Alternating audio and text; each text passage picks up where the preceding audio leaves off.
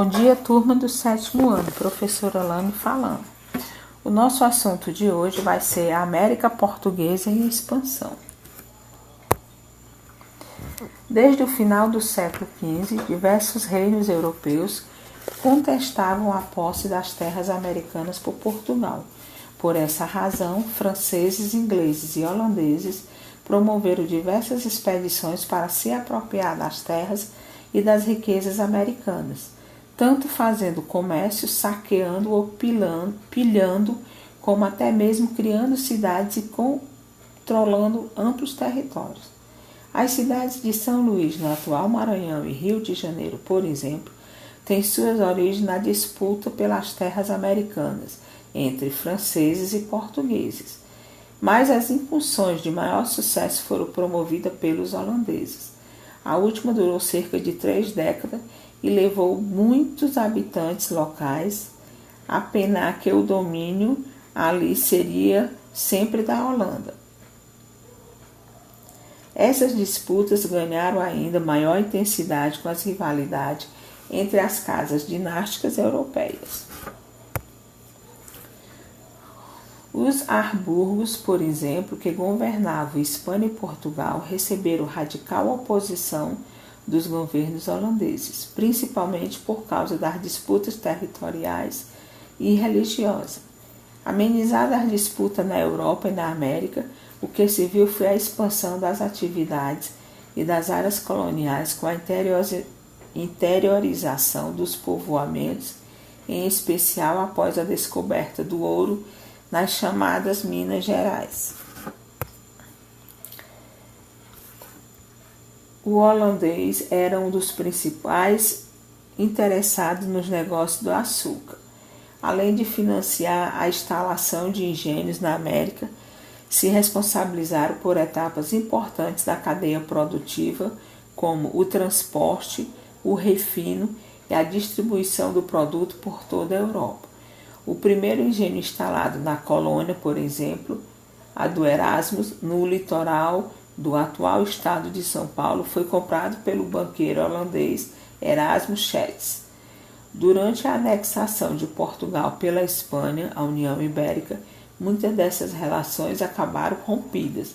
Afinal, pouco antes, os Países Baixos, entre os quais se incluía a Holanda, havia proclamado sua autonomia em relação à Espanha. Os holandeses reagiram no ato, criando a Companhia das Índias Ocidentais, uma empresa de comércio. Entre os principais objetivos da companhia estava a retomada do comércio de açúcar. Para isso, em 1624, tentou conquistar a cidade de El Salvador, o centro administrativo da América Portuguesa e um dos principais centros produtores de açúcar.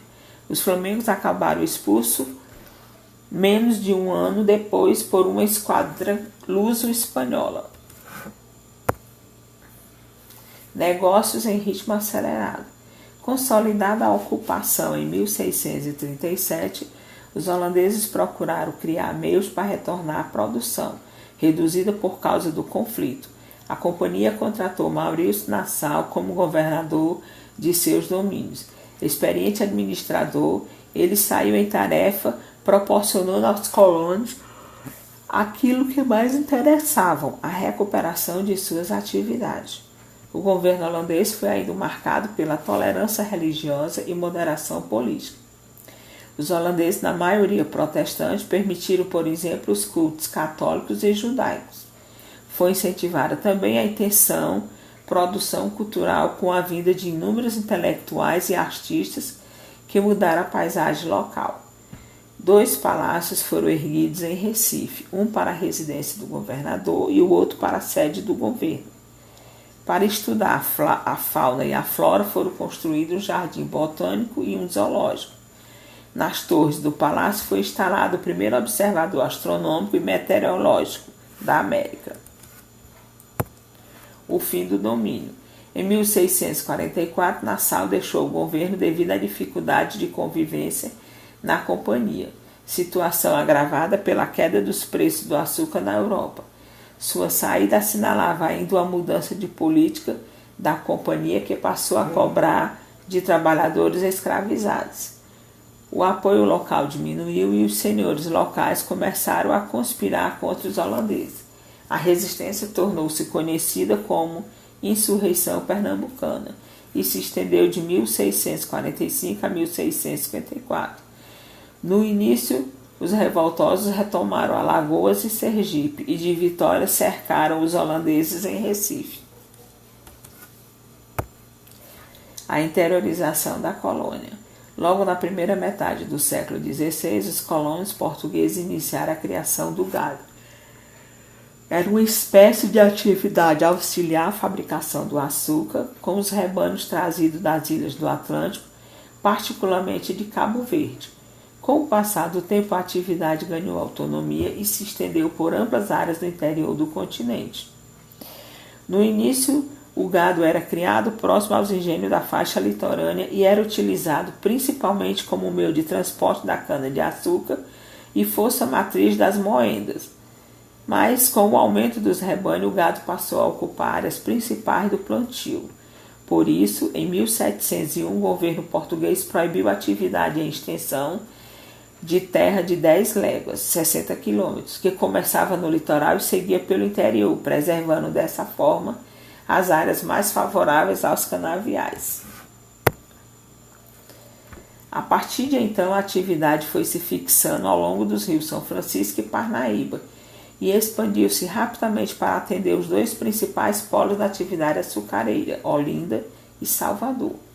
Para a consolidação da pecuária, contribuiu o aumento das atividades interior da colônia, como a mineração e a formação de um expressivo comércio interno.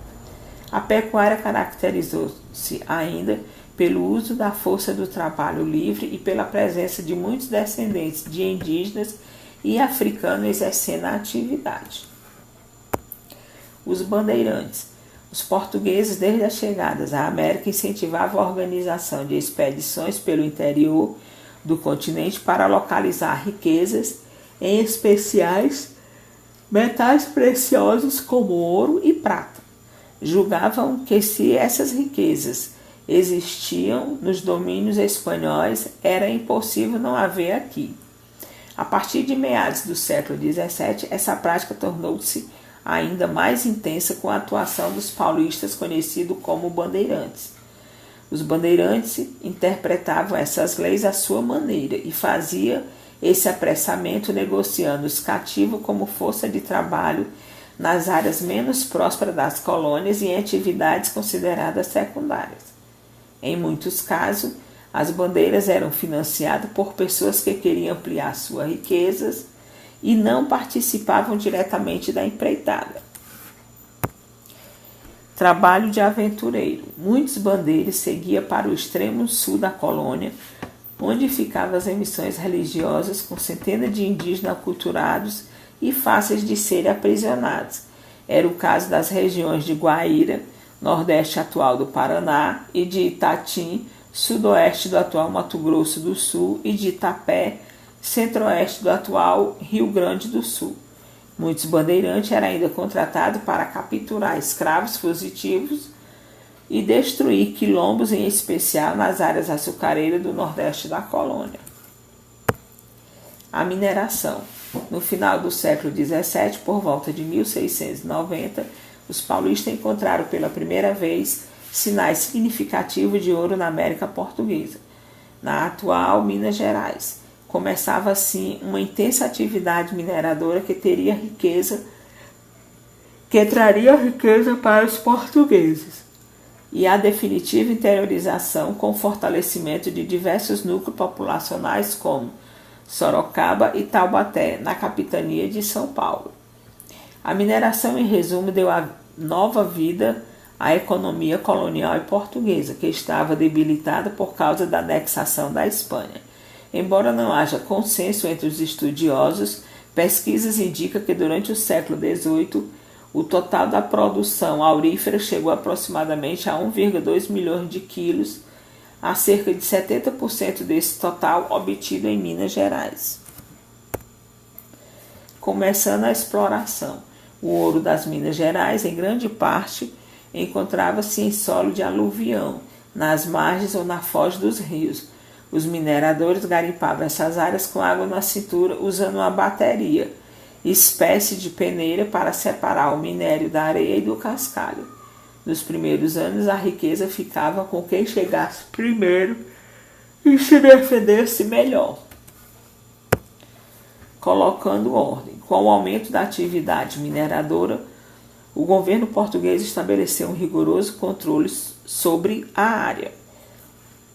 Em 1702, por exemplo, foi aprovado o Regimento das Minas, que instituía a Intendência das Minas, um órgão diretamente subordinado ao Conselho Ultramarino em Lisboa. O quinto, por sua vez, incidia sobre todo o ouro extraído e equivalia a 20% do total retirado.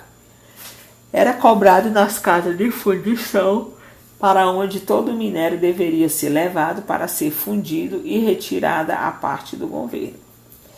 As primeiras casas de fundição foram criadas em 1719 em Vila Rica, Sabará e São João del Rei.